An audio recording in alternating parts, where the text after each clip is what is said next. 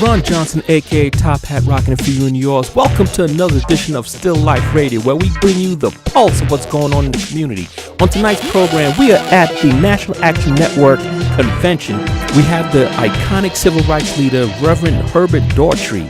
We also have the granddaughter of Percy Sutton, Miss Keisha Sutton James, founder of Sutton Button Productions, as well as Dr. Jason Johnson, professor of political science and communications, commentator, and author.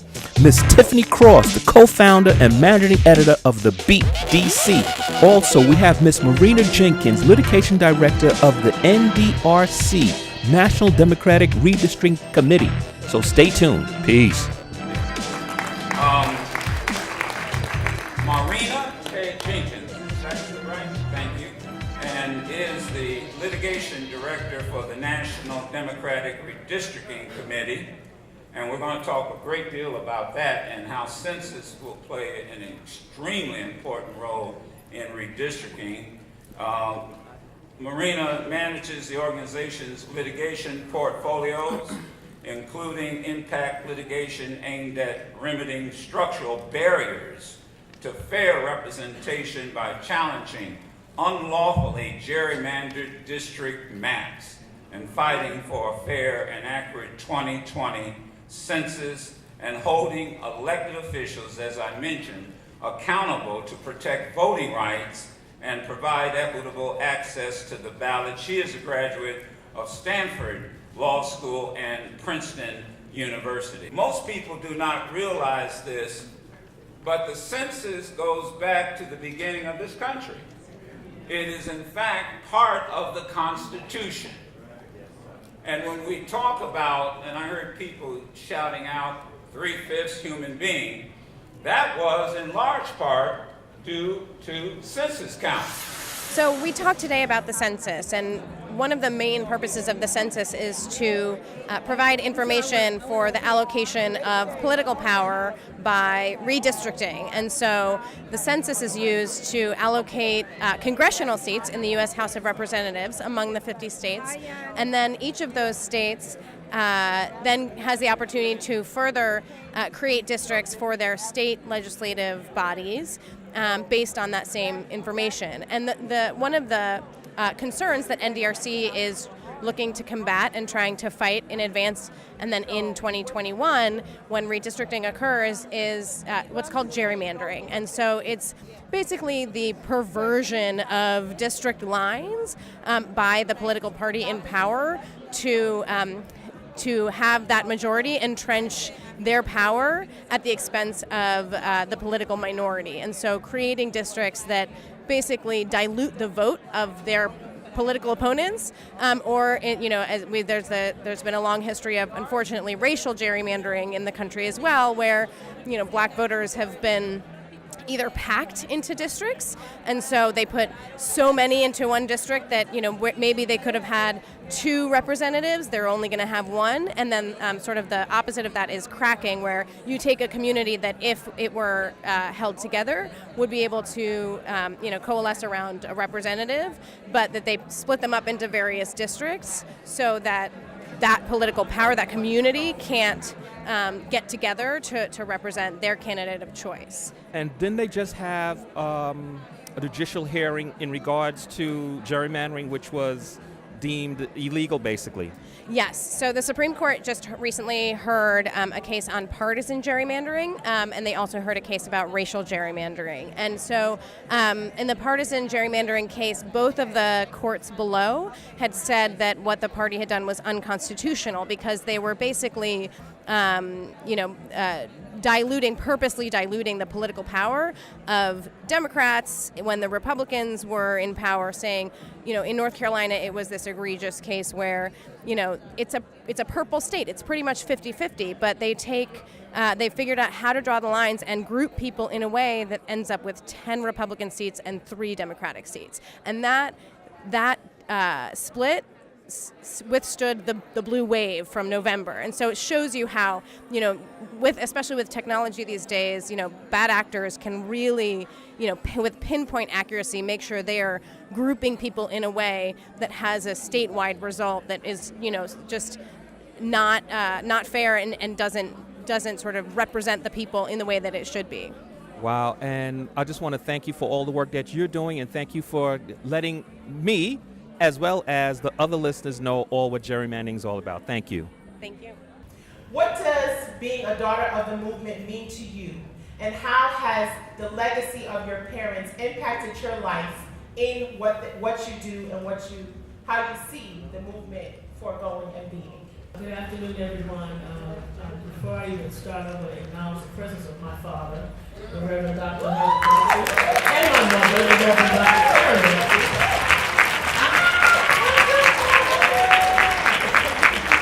I'm fortunate to have my parents with me, and I'm fortunate to be sitting between two other pastors' kids. And so I think for all three of us, I'll let Santee speak for herself, our faith foundation is something that has informed and guided our work, and our dad's theology, the way that we understand our role in the world and what we as the people of God should be and do and represent in the world is how we understand our work in the movement. I come to movement work as a result of my faith tradition, because my faith tradition tells me that's what I should do and be. I grew up with, and my dad was the chair of any number of civil rights activities. He's, of course, our church's presiding minister of our denomination, but also the chair of the National Black United Front. And what I learned from that grassroots nationalist, Pan-Africanist movement that encompassed every thought, every theology, every ideology of blackness, is that it is possible to find common ground with people. You don't have to agree on everything to agree on the main thing. And if we can keep the main thing, and not major in the minors, then we can find common ground with us to move our people forward. And so many of our meetings were held at the church, but in the church you had the Muslims and the Hebrew Israelites and the communists and the socialists and the capitalists and all of them together. We didn't agree on political structures, but we agreed that getting black people free was the most important thing. Talk about how your legacy has impacted your daughter and the people around you. Well, I'd like to think that, let me do this, because I'm still deeply moved by the panel, because all of the people on the panel, those young ladies on the panel, I knew their fathers. I'm sure. And had real deep and intimate and close relationship with their fathers. Percy Sutton, his last trip was to our church. They tried to persuade him not to come, and he insisted upon coming to the extent that he came by himself. A few days later, he was gone. Now, was that because he was ill at that time? Yeah, he was ill. In fact, I learned from his granddaughter, he was much more ill than I thought, and we thought. He didn't want people to know. And the same way with R.C. Davis, yes. Ruby D. He was they had a celebration for me at the Brooklyn Academy of Music. Nice. And he got up off his deathbed, really, to come to the occasion. And about 3-4 days later, he died in Florida. So at my event was the last public event that he participated in. He was always there. So what did he, in knowing that his time was short, did he impart any message to you and to many of the other members? No. All we asked him to do really was, he and Ruby were there, and we asked him to, read, be the MC, I think it was. He and Lindo, Delroy Lindo. So we didn't know, because we, as his daughter stated, anytime I called, he would respond. Right. He was in all the civil disobedience. I asked him to participate. So all of them shared deep, profound moments. and to see the daughters, some of whom I knew when they're little girl, like Bill Jones, Reverend Dr. Bill Jones, his daughter. I remember when she was just a little girl. Little tight. Little tot running around the church. So let me ask you this question: the struggle that you've been fighting for all your life, and you see that now it's coming full circle, repeating itself. What do you say to that? Well, I'm hopeful. Bishop Tutu used to say at the height of the apartheid regime in South Africa, "I'm addicted to hope." Love that. I'm addicted to hope. So I've seen a lot of changes. I'm 88 years old. That's the same as my dad. God bless. We've seen a lot of changes. We've seen changes that we thought would never happen. So because we've seen these changes, because we've seen what I think significant changes, we are hopeful that we're going to reach the promised land, as Dr. King stated. It gives me hope. And the young people today are much wiser. Well, the one thing I kept thinking as they would ask questions, is there any word you say to us? What would you say to us? The usual question. Right. And I was saying to myself, keep on doing what we've been doing, but do more of it and add on the technology. We didn't have Yes. in our day. We had to organize word of mouth, and Percy Sutton found. We had the drums. Had always the drum. But just keep on doing. There's nothing new under the sun. Just keep on intensifying our voter registration and voter participation. Keep on running for office. Keep on supporting the struggles and as I'm a Pan-Africanist. Right. Marcus Garveyite. Mark Garveyite. Keep on educating and expanding our minds. Just intensify it, expand it, and we're going to make it. Ron Johnson, a.k.a. Top Hat, rocking the for you and yours. We are at the NAN Convention 2019 with Miss Keisha Sutton James. She was on the panel with, I would call them women of distinction, but they had another name for it. Daughters of the Movement. Daughters of the Movement. But please tell us a little bit what the whole Daughters of the Movement is all about. Sure. I will say we actually just started to get together, all daughters of activists, politicians, funders of the movement, artists who use their platform for the civil rights movement. And we got together just as a sisterhood to be together amongst one another, and then realized we needed to get out and speak about our experiences and the lessons that we learned from our parents and grandparents. I'm the only one who's a granddaughter. I'm Percy Sutton's granddaughter, but other women include Suzanne Kay, who's Diane Carroll's daughter, Ilyasa Shabazz, who's Malcolm X and Dr. Betty Shabaz's daughter, Dominique Sharpton, who is obviously Reverend Al Sharpton and Kathy Jordan Sharpton's daughter. Stacy Lynch, who is the first person to actually bring us together. She is Bill Lynch's daughter. Bill Lynch, for those who don't know, they called him the Rumple Genius. He was the strategist behind the Mayor Dinkins' campaign. Yeah. Mm-hmm. Jennifer Jones Austin. Who is Reverend Jones's daughter. Dr. Hesna Muhammad, who's Ruby Dee and Ossie Davis's daughter. And Jackson. Yes, and Santita Jackson, who is Reverend Jesse Jackson's daughter. And what's interesting about us, what brought us together, is the interconnectivity of all of our families. Because I assume all the fathers and grandfathers, they all knew each other, basically. Oh, yeah. No, not just knew each other. They worked together. They supported one another. When, Bill Lynch is developing the strategy for the Dinkins campaign, you have, Reverend Sharpton got people active in the street, getting out the vote for the Dinkins campaign. You have my grandfather, who was a strategist for both Dinkins and Jackson. He was also he was also a mentor to mentor to Sharpton and Jackson. They were all completely interconnected. So, we had Ruby Dee and Ossie Davis not only using their art as a platform for it, but then going out as activists to support different issues, support our community on different issues.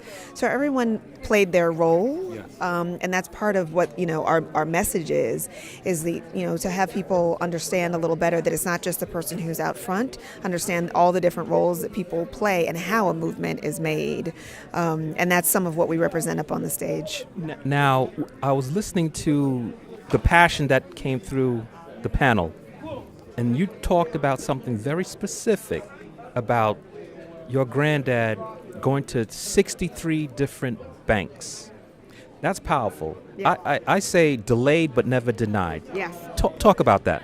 So the woman had asked a question. It was in response to a question in the audience where a woman was talking about like coming up against resistance and not being able to get through, that the doors are closed in her face.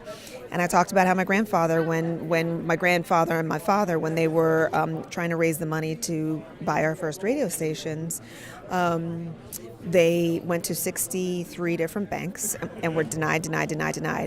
As luck would have it, Wasn't luck, that was destiny. it was destiny, but this is the luck that had to come into play.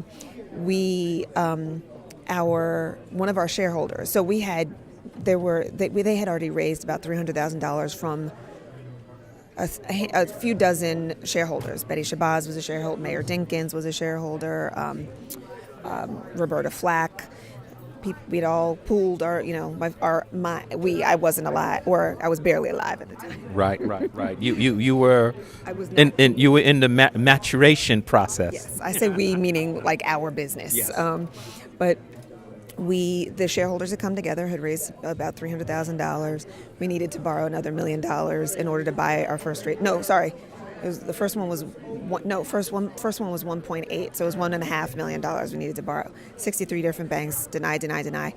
This is where the luck and fate and intervention, if you will, would have it. And I think it's an illustrative point that what happened was the bank that finally lent us the money, one of our shareholders had literally saved the life of the bank's president's son, and that's why he gave us the loan. Wow. So what? Okay. The son had almost drowned, and this shareholder had saved this man's son, and that was what turned it. And so this reminds me of the Chris Rock joke where he talks about how he lives in Alpine, New Jersey, and it's very fancy and da-da-da-da. He's like, here I am selling out HBO shows, and my neighbors, they're white dentists. He's like, you can be a dentist and live in this neighborhood. Posh. But if you're black, you have to be absolute, like there has to be some extraordinary circumstance that enables you to be successful. And that's an extraordinary circumstance. Having this, the stars aligned that day. Yes, happening to have saved the life of this particular bank's president's son. It doesn't happen like that every day for black folks. You don't just save lives every day. and what you just said was a story that no one outside of your immediate circle will ever know. No. I'm telling the story. Seriously, I'm working on my grandfather's biography and documentary. Good for you. That is part of the story because there's a lesson in that. There's so many lessons in my grandfather's story, but that's one of the lessons that I want people to understand is just how extraordinary we have to be and just how extraordinary the circumstance has to be in this world for us. Extraordinary. Yeah, and just an extraordinary, like our people, like the level at which people like my grandfather operated in terms of excellence, right? But still, luck had to intervene. Yes. Luck, God, universe, whatever you believe in. You were not born into a particular type family. Talking about, when he was coming up. Yes. Yeah, absolutely. Well, actually, he was born into a really phenomenal family that a lot of people don't know either. He was the youngest of 15 children. Wow. His parents were educators and business owners, and his parents were phenomenal. Anyway, there were 15 kids, 12 lived to adulthood. all 12 had college degrees. These are people born between 1897 and 1920 in San Antonio. So education was big in your family. Very big. Yeah. Very big. Very, very, very big. 7 did graduate studies. 4 of them finished their graduate studies. My grandfather, who was a lawyer, et cetera, et cetera. His brother was a lawyer, became a New York State Supreme Court judge. His sister was one of the first women to graduate from Howard's medical school, became a pediatrician. Mm-hmm.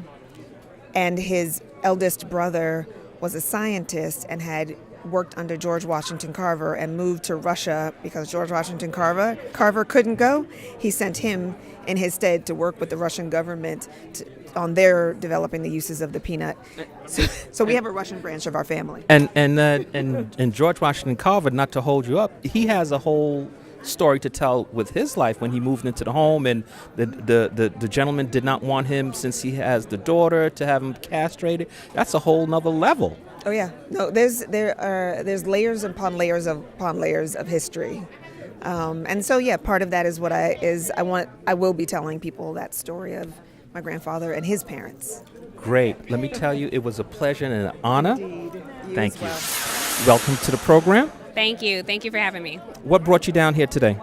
I was on a panel at the National Action Network conference. Okay, and the panel was in reference to Media.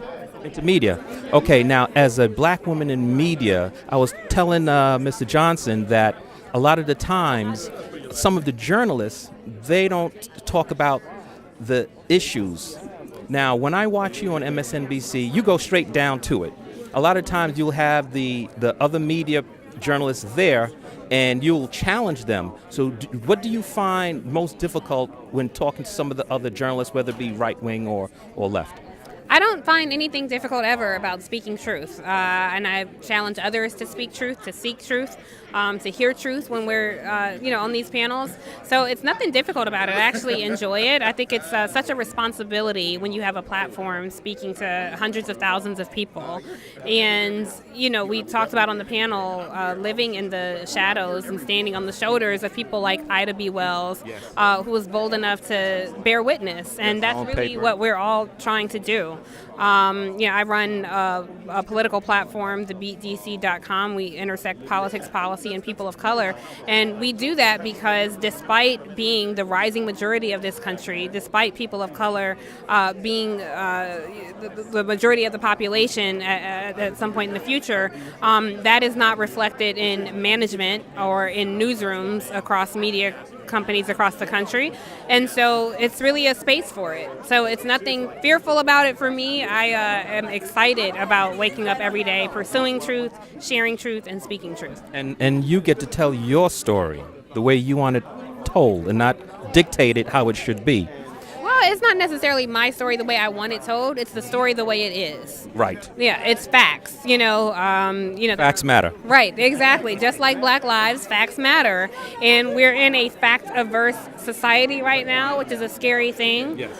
We have an administration that perpetuates lies that they call alternative facts. Which I don't know where that came up from. A lie's a lie. Yeah, lie is a lie is a lie. And so it's my honor and my responsibility to counter that with truth. We're here at the NAN Convention 2019 with the one and only Jason Johnson. I watched his brother every day. Humble. He actually knew who I was and walked up to me. I was shocked. Karen Hunter, when you fill in for it, which you need your own show, by the way, brother. Thank you.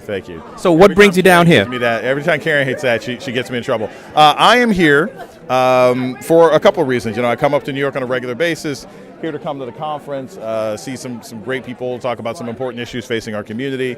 The Rev does a lot of really good work, and putting together conventions like this isn't easy. And he does a lot of this stuff with his own fundraising and his own efforts. It's not too many corporate sponsors that we would have to be beholden to. And so I'm always happy to participate. Well, let me tell you this.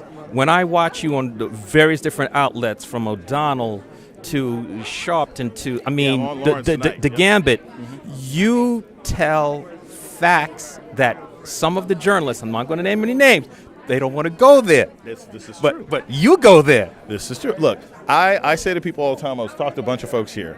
Number one, I feel humbled and blessed to be able to do this kind of work, right? Not a lot of us get to do it. And for as long as I am given the opportunity to speak my voice, I'm going to. The other thing is this. The difference between me in person, me in the classroom, me on TV is just how much I cuss. This is literally who I am. like it's not, it's no show. There's no show to this. This is who I am as a person.